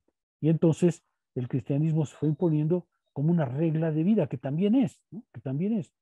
Y por eso tiene vínculos muy estrechos en parte, sobre todo en parte con los estoicos y a través de los estoicos con el cinismo, ¿no? Por ejemplo, la idea de Cristo de renuncia a todo y sígueme a mí, pues es una idea que viene de los cínicos, ¿no? Los cínicos también dicen renuncia a todo y sigue tu camino libre, sigue tu camino como hombre libre. Hay entre los estoicos y los cínicos, ¿se acuerdan de esa anécdota de Zenón, ¿no? Que Zenón se forma al lado de Crates, que es un cínico. Bueno, pues esto explica que efectivamente hubo entre cínicos y estoicos una gran comunidad, se apreciaban mutuamente mucho y se parecen mucho en estos dogmas que finalmente derivaron en el mundo cristiano. Esa es, creo, una historia interesante, un poco marginal al nuestro, pero como veremos, es por ello esencial para el estoicismo, y lo mismo para otras escuelas, proveer a los adeptos, a los discípulos, de principios fundamentales que sean extremadamente simples y claros, formulables en pocas palabras, precisamente para que ese principio pueda permanecer fácilmente en el espíritu y sea aplicable con toda seguridad y con la constancia de un reflejo. Esta es una idea que vamos a ver con cierto detalle porque es muy interesante. Los dogmas tenían que ser claros y precisos y puntuales, porque de lo que se trataba es de que estuvieran en la mano, a la mano. Por ejemplo, Epícteto va a escribir un libro cuyo nombre finalmente fue Manual. El término manual tiene sentido porque era estar a la mano, tenerlo en la mano, tenerlo siempre a la mano. Manual quería decir en ese momento, ten los principios siempre presentes para que cuando se presente la ocasión, reacciones como un reflejo, reacciones con tu disposición interior. No es necesario que te pongas a investigar el imperativo categórico, sino que reacciones naturalmente con la constancia de un reflejo porque los principios básicos ya los tienes. Por eso es que yo me permití empezar la clase exponiendo los principios estoicos, por lo menos en general, para que vean ustedes que de lo que se trata es de revivir esos principios en cada momento de la existencia. Me detengo aquí para volver al texto y le voy mezclando a los ejercicios espirituales en otros sentidos. ¿Está bien? ¿Alguna pregunta aquí? Vamos a pasar pues a la relación con el cosmos y a la expansión del yo. ¿Qué dice Adot en ese caso?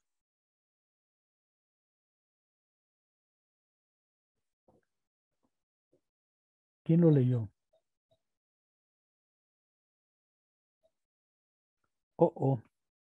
¿Quién lo leyó? A mí me resultó muy bonita la cita que hace de Ptolomeo respecto a qué posición tiene en el momento en que precisamente hace esta elevación del alma, ¿no? Y la compara eh, pues con la posición que va a tener Zeus, ¿no? O que van a tener los dioses, que es esta cita que dice, lo sé, soy mortal y no duro más que un día, pero cuando acompaño en su curso circular las hileras presurosas de los astros, mis pies ya no tocan la tierra, llego ante el propio Zeus a saciarme de ambrosía como los dioses, ¿no? Y creo que es esta cita la que ilustra muy bien lo que quiere decir Adot con esta expansión del yo, ¿no? Con esta posición del alma desde las alturas, figurativo, ¿no? Elévate, tú eres un ser mortal y finito y pequeño, pero tienes la capacidad de elevarte hasta abarcar todo el conjunto, hasta abarcar la universalidad de lo divino y de lo divino y de lo humano. Es la contemplación, dice Adot, de la totalidad del tiempo y del ser. Es decir, elévate espiritualmente hasta la mirada de la totalidad. Y entonces podrás evaluar lo que es tu vida, lo que son los incidentes de tu vida, lo que son las cosas que te afectan, pero lo harás desde la perspectiva de la naturaleza en todo, entera.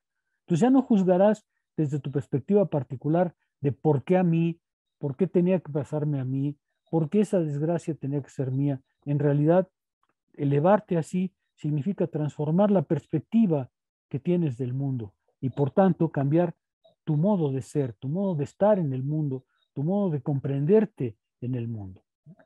¿Por qué? Porque dice Adot, la contemplación de la naturaleza provoca esa elevación del pensamiento. Séneca, por ejemplo, con frecuencia dice, ve a la naturaleza, observa la naturaleza, pero no observes la naturaleza como los románticos para conmoverte o como un artista para pintarla, sino obsérvala en su movimiento global, ¿no? Obsérvala en su movimiento natural. Hay un ejercicio muy bonito que se los voy a contar porque me parece muy bonito. Hay un ejercicio en que Séneca, en una consolación, creo que a Marcia, le dice el ejercicio este, Marcia acaba de perder un hijo, ¿no? Y entonces Séneca le está tratando de decir, como estoico, que hay un orden de las cosas y que la pérdida del hijo es, por supuesto, lamentar, pero que tiene que ser inscrita en el movimiento global de las cosas, ¿no? Y entonces le dice a Marcia, mira, imagínate que antes de nacer alguien te pusiera frente al mundo y te diría, puedes entrar en él o no, tú decides. Y te lo presenta. Entonces te presenta todas las cosas buenas que hay en este mundo, te presenta la naturaleza, te presenta el bien, te presenta la armonía, te presenta a los seres buenos, te presenta todas las acciones rectas y correctas de este mundo. Pero también te presenta el mal y te dice, mira, hay guerras, hay desgracia, hay enfermedad, hay vejez. Y le dice entonces a Marcia, mira, la decisión que tú tomas es una decisión de conjunto, ¿eh? Tú no puedes decir, entro al mundo, pero a mí nada más preséntenme lo bueno, ¿no? Porque el otro no me gusta nada. No, no, no, no. Si vas a entrar al mundo, le dice a Séneca a Marcia, vas a entrarle a todo. O sea, no puedes decir, pues a mí nada más denme lo bonito, o al contrario, a mí nada más denme lo feo, como diría un narco, ¿no? No, tienes que entrarle a todo. Le dice Séneca, porque es que la totalidad incluye lo bueno y lo que a ti te parece malo. Esos son juicios que tú te haces. Los estoicos van a llegar a esa conclusión muy, muy propia de Spinoza, de que en realidad el juicio de lo bueno y lo malo depende de lo que tú resientas, ¿no? Y entonces va a decir, le dice Séneca a Marcia, imagínate que antes de tu nacimiento te dieran la oportunidad de entrar o no a este mundo. Pero entiende bien que si entras a este mundo y aceptas entrar en él, pues entonces te vas a tocar con todo lo que el mundo es. No puedes marginarlo, no puedes cortarlo en cachitos, porque el mundo es exactamente como es y eso es lo que se te ofrece. Es un ejercicio muy bonito, ¿no? Porque le dice, pues, date cuenta que qué más quisiéramos, ¿no? Que el mundo solo fuera cosas buenas, pero no es así, ¿no? El mundo es un todo y si lo ves en su conjunto, pues lo tienes que aceptar en lo que tiene de bueno y en lo que tiene de malo, ¿no? Es un ejercicio muy bonito, ¿no? Séneca le dice, pues mira, sí, lo que te pasó fue una desgracia, pero es una desgracia que entra en el orden de las cosas y por tanto, pues tienes que comprender el orden de las cosas, aunque eso signifique, por supuesto, que tienes que luchar con la idea de un sufrimiento eterno, ¿no? En fin, suena duro, ¿eh? Yo no digo que sea fácil vivir así, pero esa es la perspectiva estoica. Dice, tomar conciencia del ser en el todo. Yo iba a leer la nota que leyó afortunadamente Alexa, porque me parece muy bella, ¿no? Soy un ser insignificante, lo sé, pero cuando elevo mi pensamiento, ya mis pies no tocan la tierra. Eso está muy bonito, ¿no? Ya mis pies no tocan la tierra, ya no estoy tocando la tierra, ya estoy tocando la perspectiva de Dios, ¿no? Tomar conciencia de su ser en el todo, como un punto minúsculo y de corta duración, pero capaz de expandirse en el inmenso campo del espacio infinito. Es un ejercicio espiritual, ¿no? Elevarse más allá de uno mismo, abandonar la perspectiva humana de las cosas, abandonar la perspectiva subjetiva de las cosas para elevarse a la totalidad y comprender el orden de la naturaleza en su movimiento intrínseco. Eso es lo que Séneca le está diciendo a Marcia, ¿no? Si aceptas vivir en este mundo, lo aceptas todo junto. No puedes aceptar una parte y la otra lamentarla, ¿no? El yo, dice entonces Adot, tendrá un doble sentimiento. Primero, el de su pequeñez perdida en el infinito del tiempo y el espacio. Se dará cuenta así de su pequeñez, pero también se dará cuenta de su grandeza al experimentar su poder de abarcar la totalidad de las cosas. Sí, se dará cuenta a la vez de su pequeñez, de lo minúsculo que es, pero se dará cuenta también de la grandeza que tiene el aprender a elevarse por encima del todo. ¿Sí se ve? Y por eso el ejercicio de presentarse en el presente, de vivir en el presente, es tan esencial.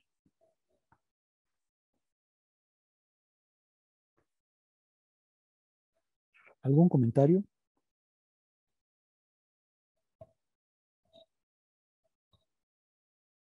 Díganme, ¿cómo la ven? ¿Qué les parece?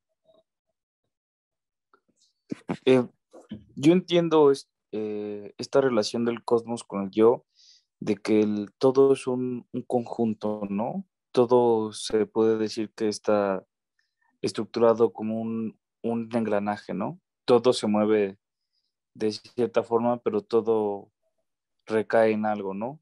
Y de la misma forma, como el cosmos es inmenso, también la concepción del yo lo es. Así podría ser como se comprende. Pues sí, tú eres un ser minúsculo, pero tienes a través de la razón esa capacidad de elevarte a la totalidad, ¿no? No eres, en un sentido filosófico más moderno, te dirían, pues, no eres solamente finitud, ¿no? En ti está también lo infinito, porque formas parte de esa totalidad. Los estoicos creo que aceptarían eso, ¿no? Tú eres sin duda un ser finito, pero no eres ajeno a la infinitud de las cosas. Y gracias a la razón puedes elevarte a la perspectiva del todo que tu finitud parecería no permitir, pero que en realidad sí es posible realizar, ¿no? ¿Sí queda claro? Déjenme ver si encuentro algún otro ejercicio espiritual que venga al caso en este momento.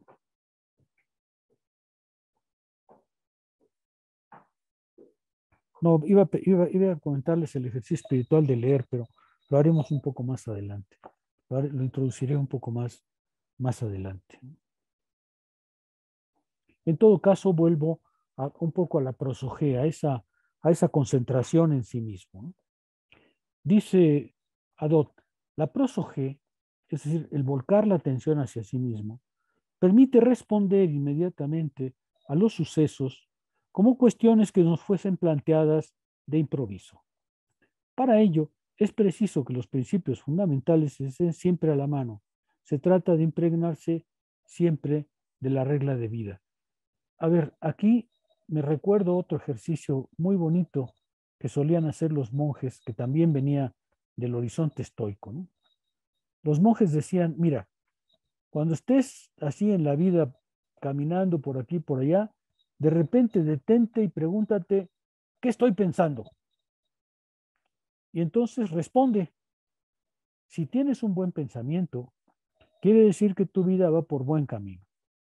Pero si tienes un mal pensamiento, pues entonces quiere decir que sin sin darte cuenta, estás permitiendo el acceso de una pasión que no esperabas tener en ti, pero que aparece. Es decir, interrógate a ti mismo de improviso, ¿no? Sorpréndete a ti mismo de improviso. A ver, ¿qué estás haciendo? Voltea contigo y di, ¿qué estoy pensando? ¿Es un buen pensamiento o es un mal pensamiento? Entonces, te darás cuenta de cuál es tu estado de ánimo, porque ese reflejo de lo que estoy pensando ahora es exactamente el estado en que te encuentras. O bien, que tu confesor te pregunte, ¿qué estás pensando ahorita? A ver si puedes responder. Si puedes responder, es que está bien la cosa. Pero si no puedes responder porque lo que estás pensando no es digno, pues entonces te darás cuenta, y ese es un ejercicio espiritual, vean también, ¿no? Te darás cuenta de que no estás en el orden correcto de las cosas, ¿no? Hay un ejercicio similar a este que también es muy bonito porque un monjecito va por el mundo y lleva piedritas en la bolsa, en su bolsa del pantalón, ¿no? Y lleva en las manos dos bolsitas, una en la mano derecha y otra en la mano izquierda. Y entonces dice el monjecito, cuando me viene un buen pensamiento, agarro una piedrecita y la echo en la bolsita derecha. Y cuando viene un mal pensamiento, agarro una piedrecita y la echo en la bolsita izquierda. Y al final del día las peso. Y entonces me doy cuenta de cómo van las cosas, ¿no? Por las piedritas que están en un lugar. ¿No es un ejercicio precioso? Es un ejercicio maravilloso, es un ejercicio para soñar. Lleva la bolsa llena de piedritas y cada vez que le viene un buen pensamiento, echa una piedrita en la bolsita derecha y cuando le viene un mal pensamiento, echa un guijarrito en la bolsita izquierda y al final del día sabe exactamente cuál es el estado de su alma. Pues esa es la prosogé, ¿no? Esa es la tensión constante por la cual el individuo tiene que responder a los actos del mundo de manera inmediata. No estarse preguntando cómo actuaré, si lo hago así o si lo hago allá. No, tiene que responder con el estado espiritual. Ya vimos que era la buena disposición, que es la que tiene que inmediatamente surgir e iluminar el momento presente. Obviamente, dice Adot, para lograr ese estado de espíritu se necesita toda una retórica, se necesita todo un método de enseñanza, ¿no? Que anime el espíritu, que fortalezca al espíritu, que desarrolle ese yo interior correcto, ¿no? Ya hablaré de eso también porque ahí tenemos que detenernos. Leer, escribir, también son ejercicios espirituales, porque son una manera de impregnar el alma de los principios de vida, ¿no es cierto? ¿Sí se ve? Vean ustedes, todo está muy conectadito porque lo que dicen los estoicos es, para que adoptes este modo de vida, necesitas disciplinarte, necesitas formarte. ¿Sí va claro? Adot continúa, la mirada desde arriba. ¿Qué encontraron ahí? ¿Quién leyó esa parte? La mirada desde arriba.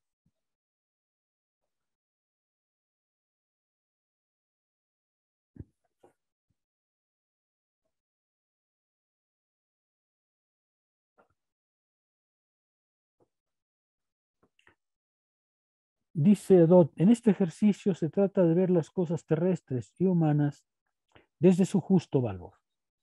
Y cita a Platón en el Teéteto porque dice, todos los asuntos humanos son de bajo nivel, ¿sí? Y casi nada si se les observa desde lo alto. Si ves las cosas desde arriba, los asuntos humanos quedan reducidos a su verdadera dimensión, ¿no? Y no los sobredimensionas porque todo lo juzgas a partir de ti. Este es quizá un aspecto que conviene insistir una y otra vez. Se trata de abandonar el yo subjetivo y egoísta para colocarse en el movimiento global de las cosas, el movimiento universal de las cosas, el movimiento de todas las cosas, ¿no?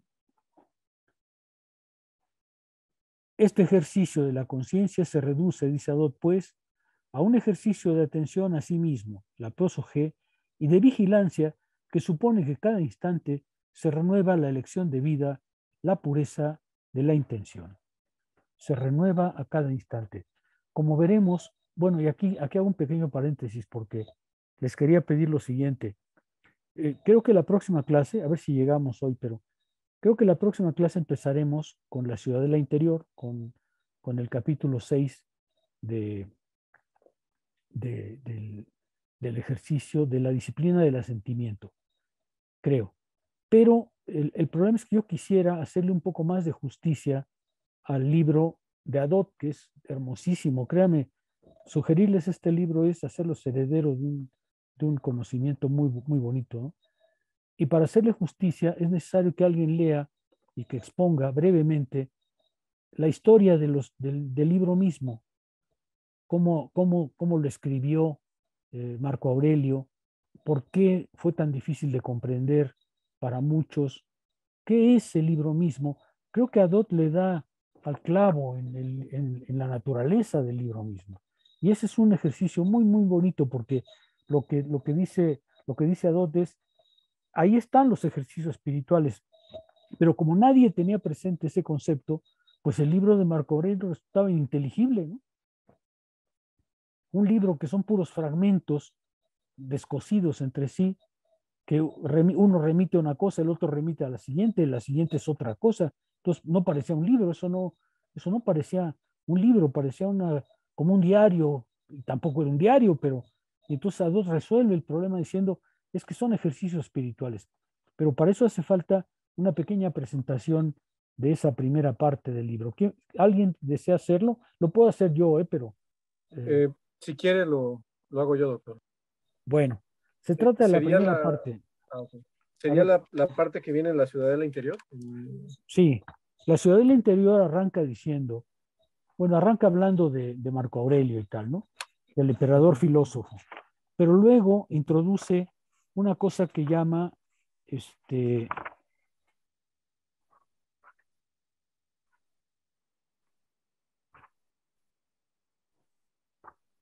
se llama primeros acercamientos sobre los pensamientos.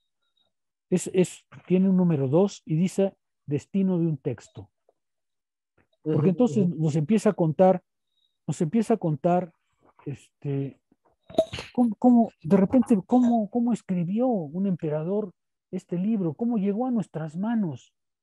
Empieza diciendo, la historia de un libro antiguo que llega a nuestras manos es un milagro. Y entonces empieza a contar el milagro de que este libro haya llegado hasta nosotros. Okay. ¿Sí? Entonces sería todo el segundo apartado, ¿no, doctor? La de primera aproximación a las meditaciones. No, es la parte que te acabo de decir. ¿Solo el destino de un texto? Sí, pero no es solamente eso, porque son varios. A ver. Se llama Primeros acercamientos a los pensamientos, luego dice el título, hipótesis sobre el género literario de la obra, los pensamientos como notas personales, y termina ahí. Entonces, Okay. Sí. en mi edición, sí es el apartado 2, el apartado 2 completo. El apartado 2 completo, que son como 10 páginas, 12 páginas. Y luego dice Adot, pues para comprender es necesario tener presente la noción de ejercicios espirituales. Es para hacerle justicia al bellísimo libro de Adot, ¿no? Bueno, volvamos. Estábamos justamente en esa mirada desde arriba. ¿Qué más encontraron ahí?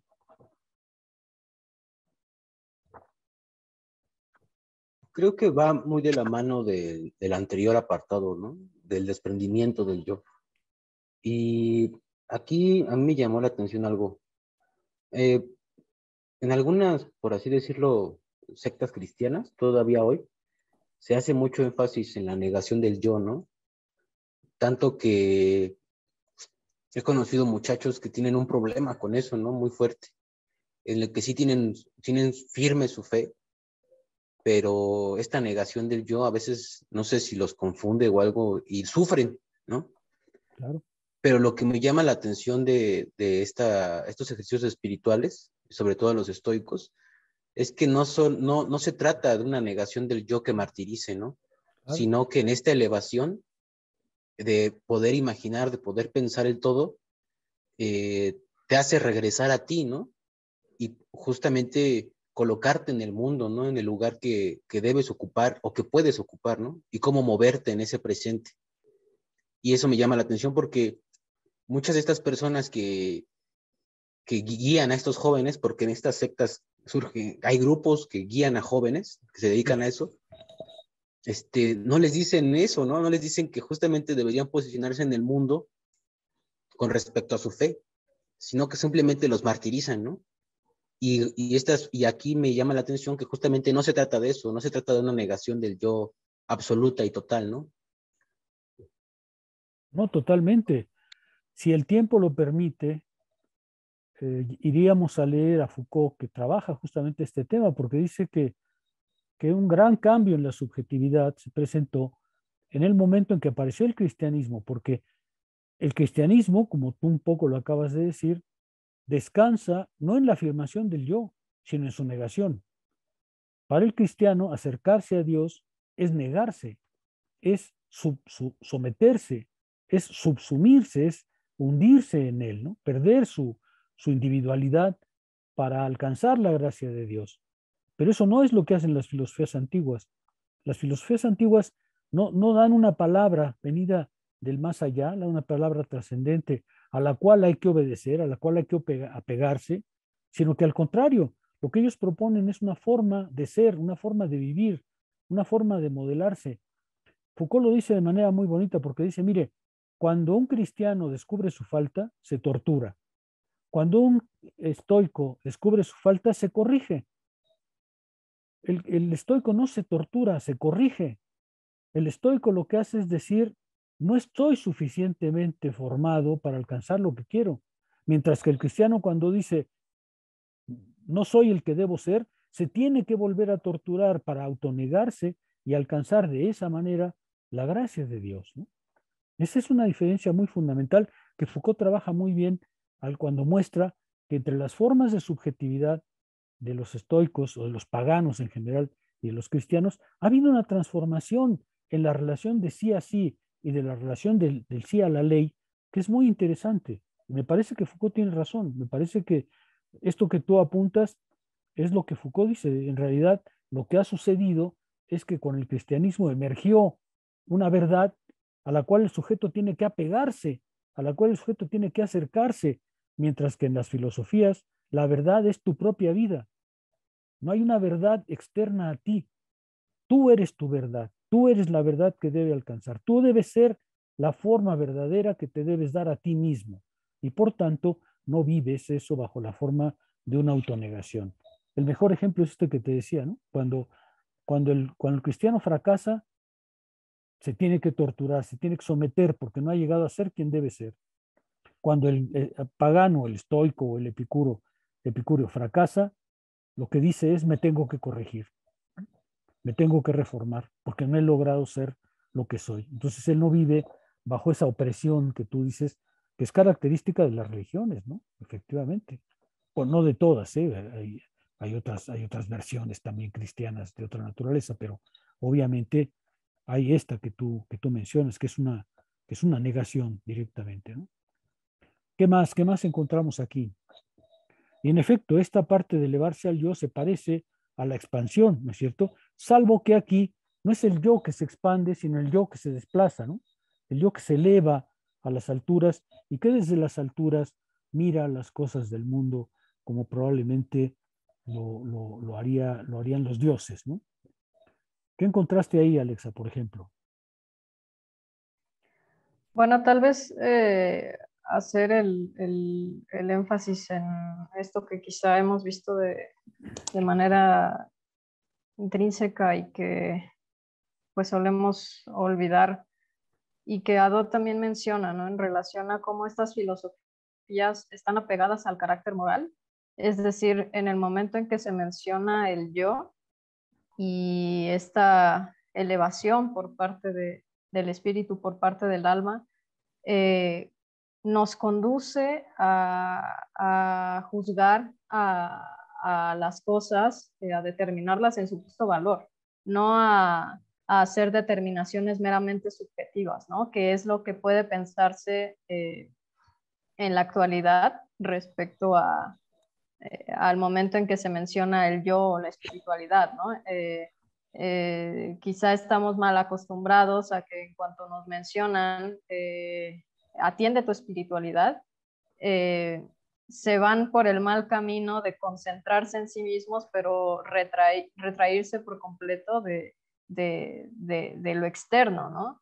Y estas filosofías apuntan a todo lo contrario, ¿no? Sí, es mirar desde arriba, pero también, como usted lo decía, atender lo malo, ¿no? Pero no solamente atenderlo en el sentido de considerarlo, sino de ya estás modificando tu lado espiritual desde esa elevación, desde ese trabajo del espíritu, y es a partir de ahí en donde comienzas a actuar en él.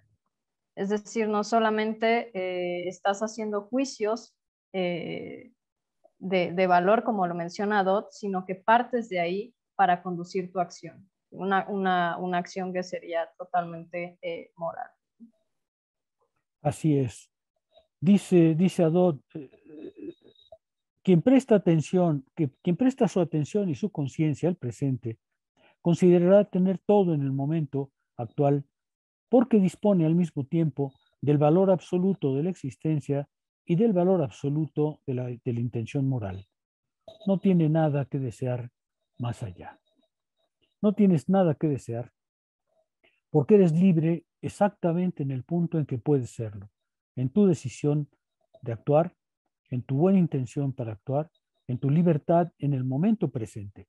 Por eso cita Marco Aurelio, que dice literalmente, actuar, hablar, pensar siempre como alguien que puede en este instante salir de la vida.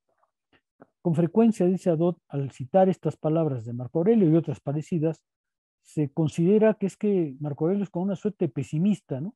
Ahora que Tomás nos hable del libro, verán que en algunos comentaristas dicen, pues es que es el libro como de un melancólico, y algunos han hecho hasta el psicoanálisis de Marco Aurelio porque dicen que es como muy triste, muy pesimista, y no, al contrario, dice Adot, lo que pasa es que está diciendo, cuando veas a la muerte así, aprenderás a valorar la vida. Le darás a la vida toda la seriedad que tiene, porque la vida es cosa seria, pero la vida es cosa seria cuando te das cuenta que en realidad no tienes más que una oportunidad, ¿no? Más que una oportunidad para vivir, y es efectivamente esta, la felicidad. Y ahí termina justamente este párrafo, esta parte con el comentario de la felicidad. Y dice, la felicidad es una y única, y no tiene duración, ¿no? Dice, la felicidad no tiene duración, lo mismo que un círculo, porque un círculo es círculo, sea chiquito o grandote, pues igual la felicidad, sea un instante o la eternidad, es felicidad y ya no tiene más allá. Porque un instante, dice, es equivalente a toda la eternidad. La felicidad no está en el tiempo, dicen ellos. Esta es una convicción que casi todas las filosofías antiguas tienen, ¿no? Alcanzar la felicidad es alcanzarla, así sea por un instante, porque ya se alcanzó en su concepto, en su idea, y ya no hay más allá de sí. Entonces, dice Adot, este ejercicio de la muerte no es por pesimismo, sino al contrario, es para aprender a valorar lo que la vida tiene de grande, de majestuoso, de iluminado, ¿no es verdad? Estas filosofías son un himno a la vida, ¿eh? Cuando veamos Epicuro, ahí es todavía más claro, ¿no?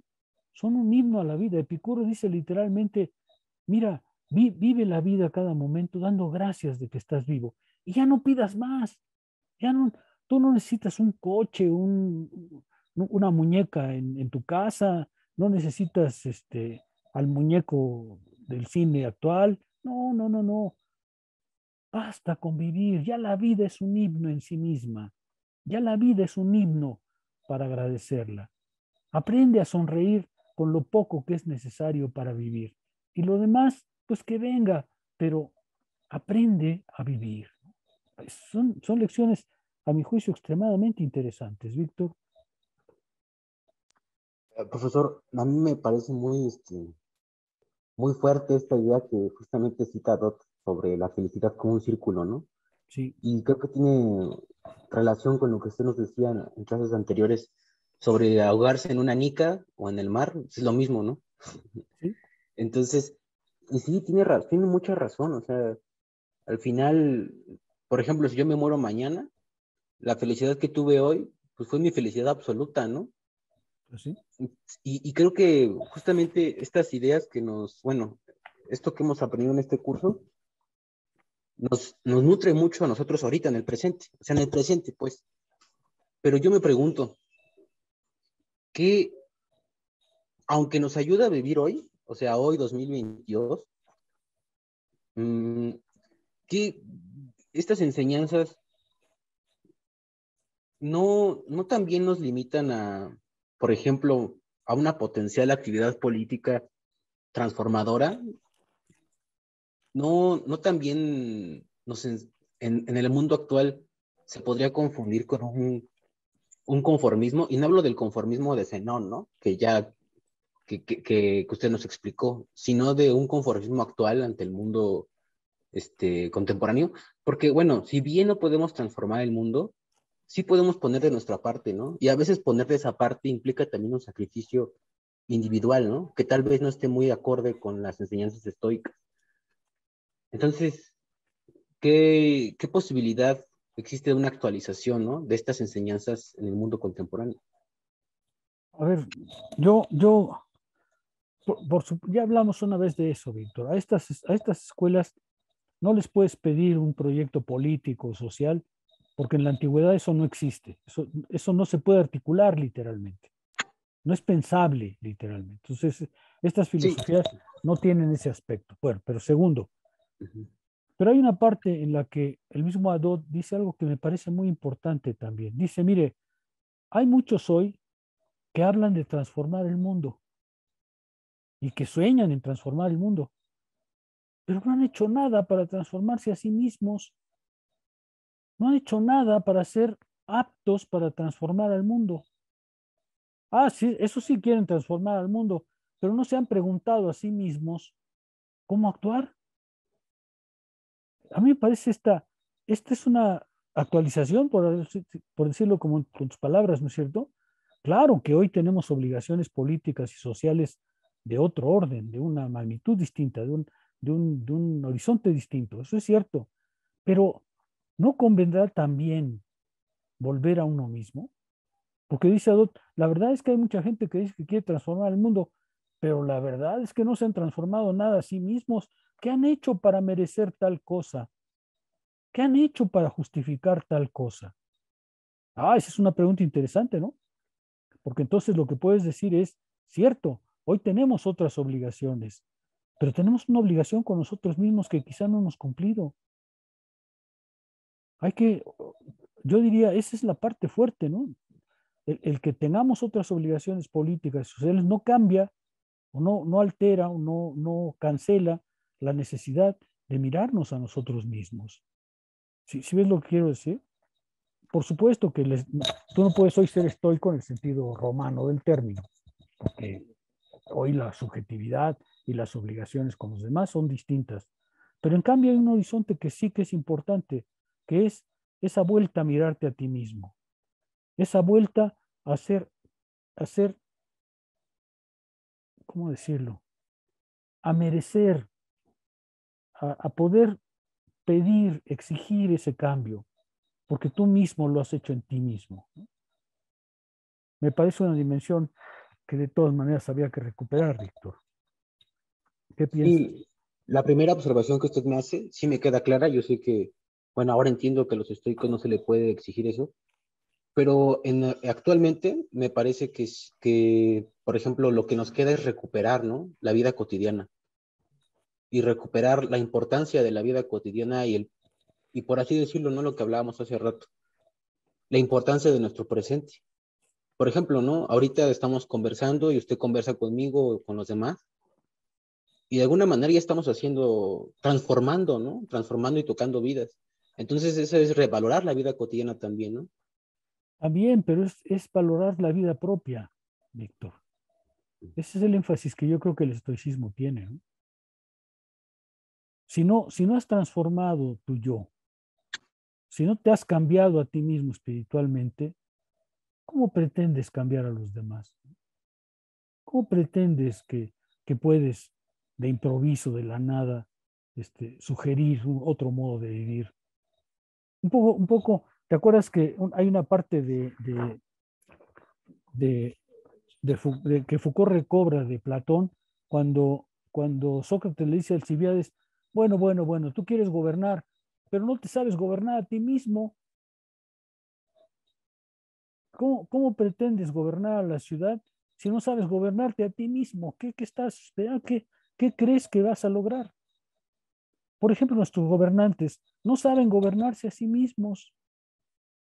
¿Cómo pretenden cambiar las cosas si no han sido capaces de controlarse a sí mismos?